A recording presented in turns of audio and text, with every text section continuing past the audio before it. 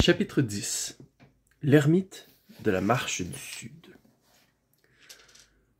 Après plusieurs heures de voyage, ils virent la vallée qu'ils suivaient s'élargir devant eux. La rivière en rejoignait une autre plus importante, large et turbulente, qui coulait de gauche à droite, vers l'est. Au-delà de cette nouvelle rivière, une contrée délicieuse moutonnait doucement en collines basses, crête après crête, jusqu'aux montagnes du nord proprement dites.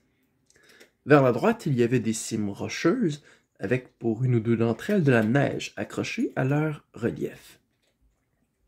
Vers la gauche, des pentes couvertes de pins, des falaises abruptes, des gorges étroites et des pics bleus s'étendaient aussi loin que pouvait porter le regard.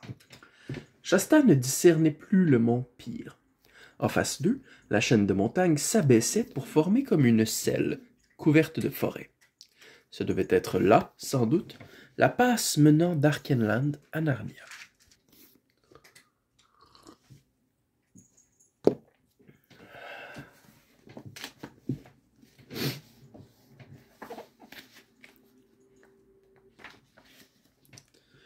Oh, le nord verdoyant, hennebrit. Certes, les collines basses avaient un aspect plus vert, plus frais que tout ce qu'Aravis ou Shasta auraient pu imaginer, avec leur regard d'enfants ayant grandi dans le sud. Leur morale remonta en flèche, tandis qu'ils se dirigeaient, au rythme des claquements de sabots, vers le confluent des deux rivières.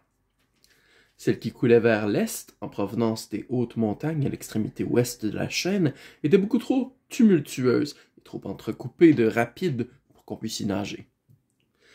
Mais, après avoir un peu exploré les environs en remontant et descendant le long du rivage, ils trouvèrent un endroit assez peu profond pour traverser à gué.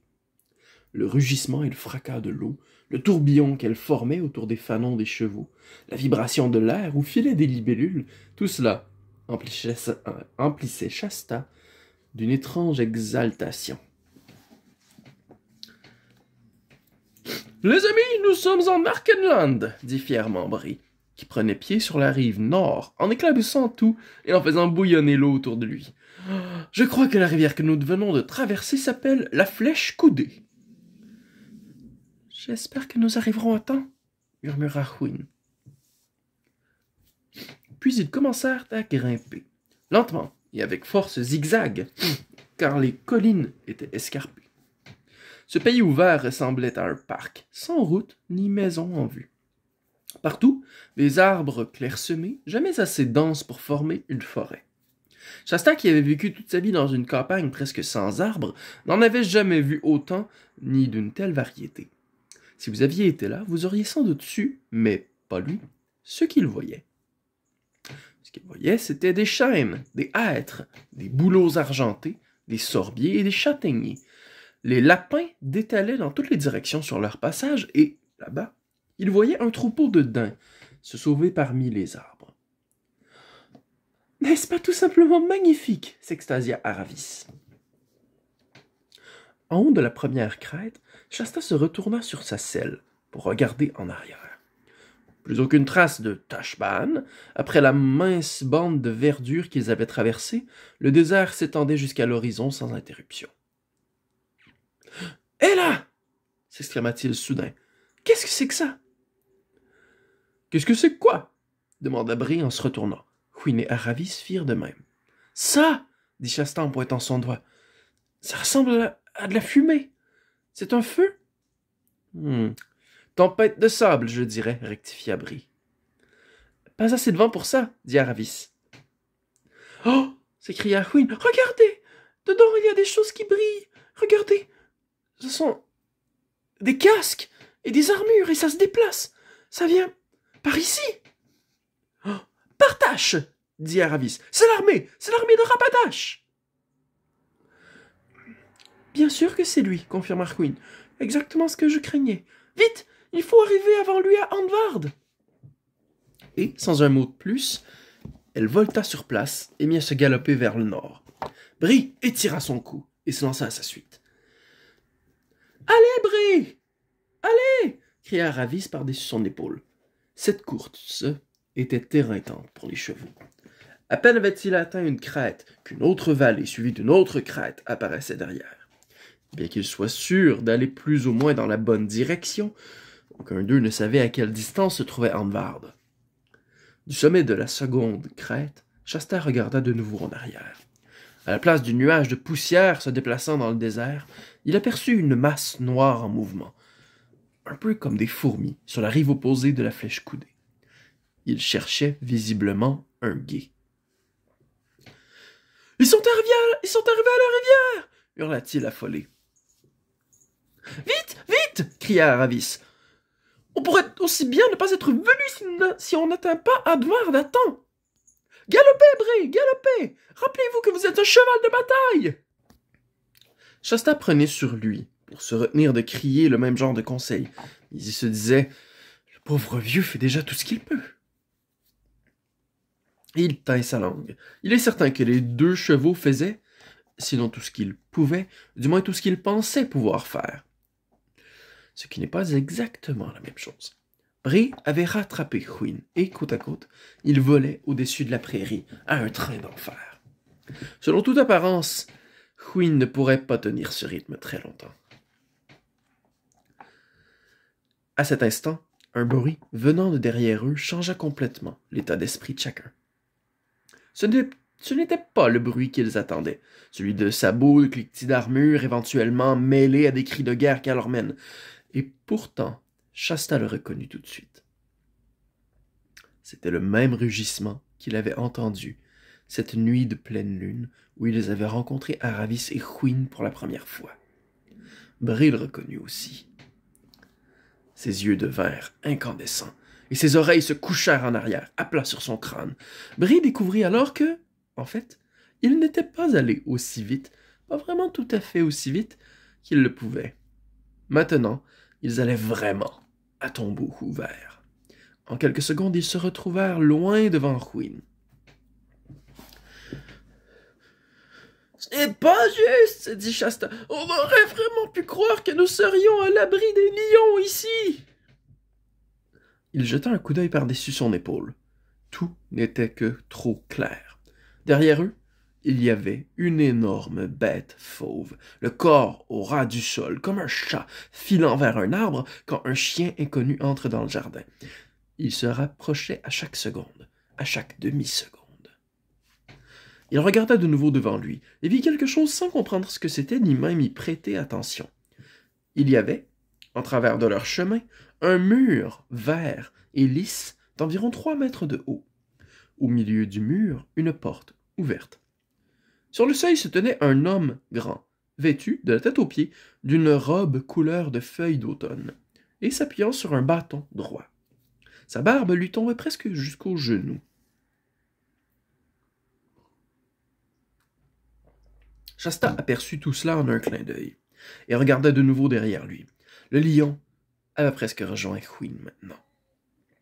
Il mordillait ses jambes postérieures, et on ne lisait plus la trace du moindre espoir dans l'expression de la jument mouchetée d'écume et aux yeux dilatés.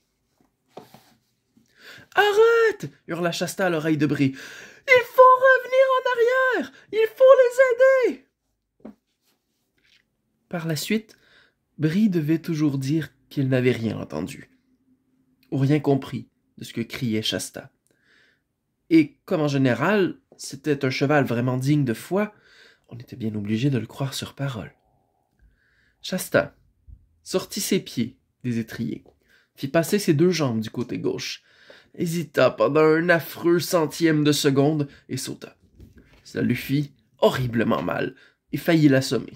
Mais, avant de savoir si cela avait fait mal, il était déjà en train de se précipiter au secours d'Aravis en trébuchant. Il n'avait jamais rien fait de semblable de toute sa vie, et ne savait vraiment pas pourquoi là, il le faisait. L'un des bruits les plus affreux du monde, le hurlement d'un cheval, s'échappa des lèvres de Hwin. Aravis était couché sur l'encolure et semblait vouloir dégainer son épée. Et voici que tous les 3, Aravis, Hwin et le lion, se trouvaient presque sur Shasta. Avant qu'il ne l'atteigne, le lion se dressa sur ses pattes de derrière, et, à une hauteur incroyable, et à la volée, frappa Aravis de sa patte droite. Shasta, virent distinctement les redoutables griffes. Aravis hurla en se recroquevillant sur sa selle. Le lion lui érafla les épaules. Bien qu'à moitié fou d'horreur, Shasta se jeta sur le fauve. Il n'avait aucune arme, pas même un bâton ou une pierre. Il criait au lion, stupidement, comme on le ferait à un chien. « Va-t'en! Va-t'en! » Pendant une fraction de seconde, son regard plongea dans la gueule grande ouverte, rageuse. Puis, à sa grande stupéfaction, le lion, toujours sur ses pattes arrière, s'immobilisa soudain, pivota, retomba sur ses pattes et fila à toute vitesse. Pas un seul instant, Shasta ne pensa qu'il était parti pour de bon. Il se retourna et courut vers cette ouverture que, pour la première fois maintenant, il se rappelait avoir aperçue, comme une trouée dans la paroi verte. Queen, titubante au bord de l'évanouissement, franchissait déjà la porte.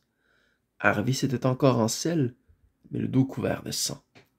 « Entrez, ma fille, entrez !» disait l'homme à la longue barbe et à la bure. Puis, comme Shasta arrivait, à sa hauteur, en haletant, « Entrez, mon fils !» Il entendit la porte se fermer derrière lui. Déjà, l'étrange barbu aidait Aravis à descendre de cheval. Ils étaient dans un vaste enclos, parfaitement circulaire, protégé par un haut mur de verdure. Un bassin d'une eau tranquille, si plein que l'eau affleurait presque exactement au niveau du sol, se trouvait devant lui. À une extrémité du bassin, et l'ombrageant complètement de ses branches, s'élevait le plus grand et le plus beau des arbres que Shasta ait jamais vus. Derrière le bassin, il y avait une petite maison basse en pierre avec un toit épais de chaume vieilli. On entendait bêler, et là-bas, de l'autre côté de l'enclos, il y avait quelques chèvres. Le sol plat était entièrement couvert d'une herbe magnifique.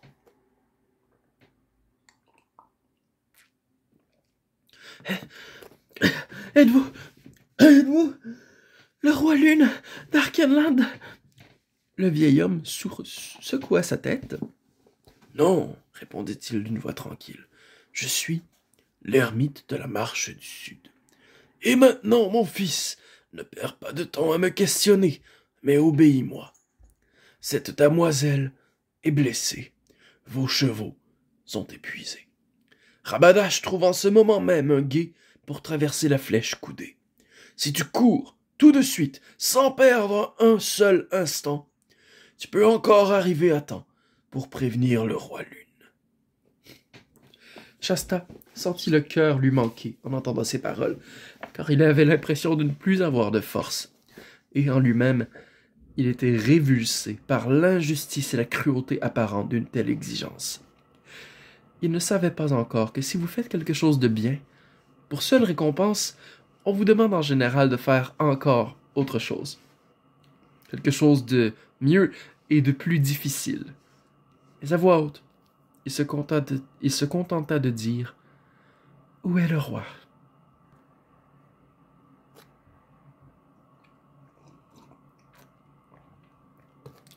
L'ermite se tourna, en pointant son bâton. « Regarde, lui dit-il, il y a une autre porte, exactement en face de celle par laquelle tu entres. Ouvre-la et continue tout droit, toujours tout droit, sur terrain plat ou accidenté, par des chemins doux ou rocailleux, que le sol soit sec ou mouillé, toujours tout droit. Je sais, par l'effet de ma magie, que tu trouveras le roi Lune en allant droit devant toi.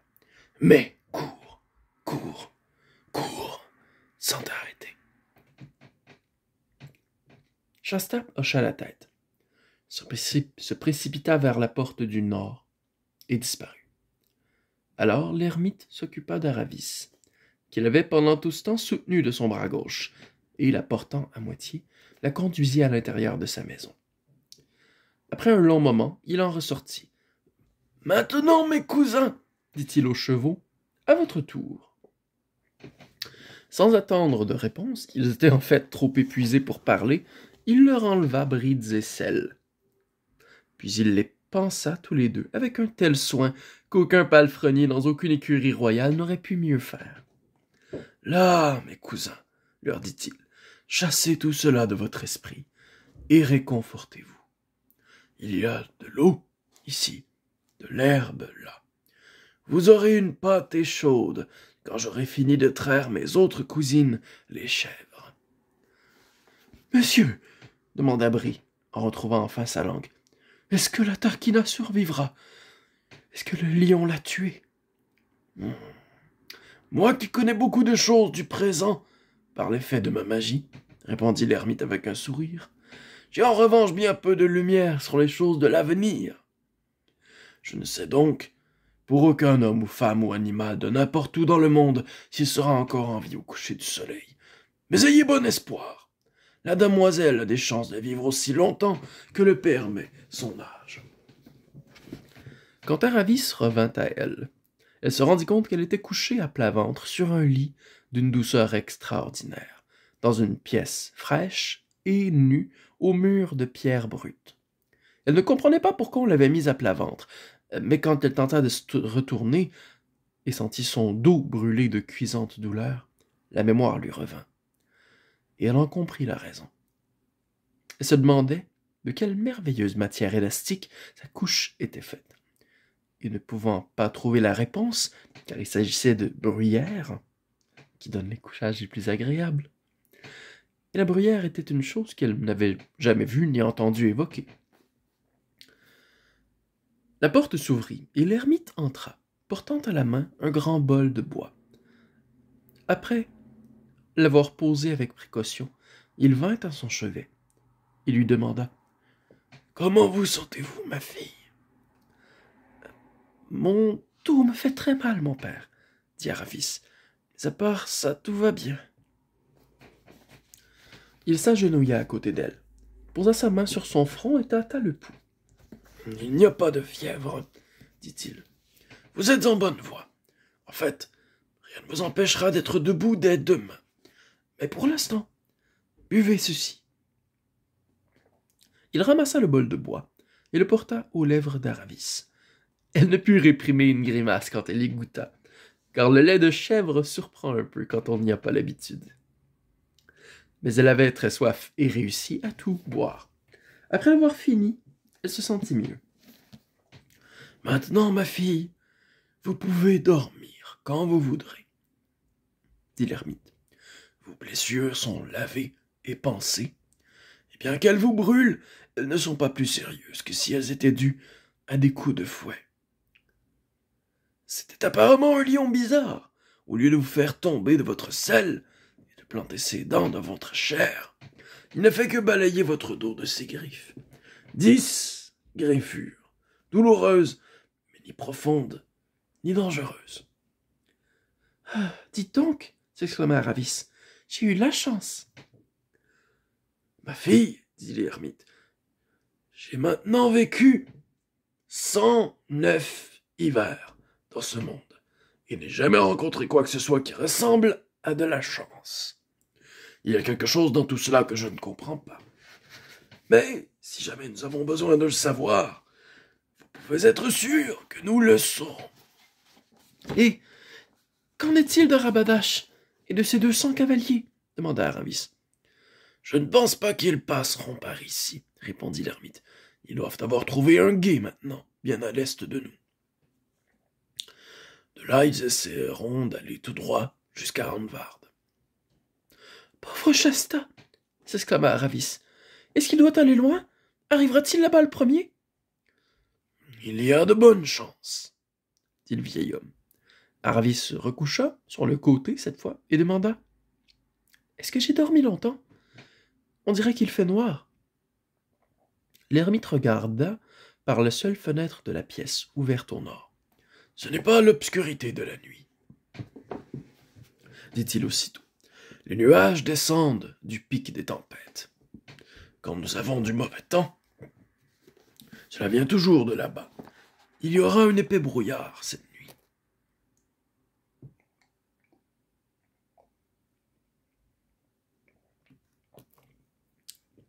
Le lendemain, à part son dos douloureux, Aravis se sentait si bien qu'après le déjeuner, porridge et crème, l'ermite lui annonça qu'elle pouvait se lever. Et bien sûr, elle alla tout de suite parler aux chevaux. Le temps avait changé, et tout l'enclos verdoyant n'était qu'une grande coupe verte, emplie de la lumière du soleil. C'était un endroit très paisible, isolé et tranquille. Chouine trotta tout de suite jusqu'à Aravis et lui donna un baiser de cheval. « Mais où est donc Bree ?» demanda Aravis, après qu'elles se furent mutuellement demandé si elles allaient bien et si elles avaient passé une bonne nuit. « Là-bas, » répondit Chouine, en désignant avec son nez le côté opposé du cercle. « Et j'aimerais bien que tu ailles lui parler. Il y a quelque chose qui ne va pas. Je n'arrive pas à lui arracher un mot. » Elles traversèrent sans se presser et trouvèrent Bree couché, face au mur. Bien qu'il les ait entendus approcher, il ne tourna pas la tête et ne dit pas un mot. « Bonjour, Bree, » lui dit Aravis. « Comment allez-vous ce matin ?» Bree murmura quelque chose d'inaudible. « L'ermite dit que Shasta arrivera probablement à temps auprès du roi Lune, » poursuivit Aravis. « Il semble donc que tous nos problèmes soient réglés. Narnia, enfin Narnia, Bree !»« Je ne verrai jamais Narnia, » dit Bree à voix basse. « Vous n'êtes pas bien, mon cher Bree ?» s'enquit Aravis. Bree finit par se retourner, le visage désolé, comme seul celui d'un cheval peut l'être. « Je vais retourner à Calormen, » dit-il. « Quoi ?» s'exclama Aravis. « Retourner en esclavage ?» « Oui, » dit Bree. « L'esclavage, c'est tout ce à quoi je suis bon. Comment pourrais-je jamais me montrer parmi les chevaux libres de Narnia? Moi qui ai laissé une jument, une jeune fille et un petit garçon se faire dévorer par les lions, pendant que je galopais autant que je pouvais pour sauver ma misérable peau. » « Nous avons tous couru aussi vite que nous pouvions, » précisa Chouine. « Pas Shasta, » renifla Bree. « Ou plutôt, il a couru dans la bonne direction. Il a couru pour revenir sur ses pas. Et c'est ce qui me fait plus honte que tout. Moi, qui me targuais d'être un cheval de bataille et me vantais de 100 combats, être surpassé par un petit garçon, un enfant, un simple poulain, qui n'a jamais tenu une épée, et n'a reçu de toute sa vie ni bonne éducation ni exemple à suivre. » « Je sais, dit Aravis, j'ai ressenti exactement la même chose. Shasta a été extraordinaire. Je me sens tout aussi mal que vous, Bree. Depuis que vous nous avez rencontrés, je n'ai cessé de le regarder de haut, et maintenant, il se révèle le meilleur d'entre nous. Mais je pense préférable de rester pour lui faire des excuses, plutôt que de retourner à Calormen. »« Tout ça est parfait pour vous, dit Bree. Vous ne vous êtes pas déshonoré. Moi, j'ai tout perdu. » « Mon brave cheval, » intervint l'ermite, qui s'était approché sans qu'il s'en rende compte, car ses pieds étaient nus et ne faisaient aucun bruit sur cette herbe douce, humide de rosée. « Mon brave cheval, tu n'as rien perdu, à part ta vanité. Non, non, cousin, ne mets pas tes oreilles en arrière et n'agite pas ta crinière devant moi. Si tu es vraiment aussi humilié que tu en as eu l'air il y a une minute, tu dois apprendre à écouter la voix du bon sens. Tu n'es pas exactement le fantastique cheval que tu en étais venu à imaginer, à force de vivre au milieu de pauvres chevaux muets. Bien sûr, tu étais plus brave et plus intelligent qu'eux. Tu aurais eu du mal à ne pas l'être. Cela ne veut pas dire que tu seras quelqu'un de très important à Narnia. Mais tant que tu seras conscient de ne pas être quelqu'un de très important, tu seras, à tout prendre, un cheval d'un genre très convenable. Et maintenant, si toi et mon autre cousin à 4 sabots voulez bien venir jusqu'à la porte de la cuisine, nous nous occuperons des restes de cette pâtée.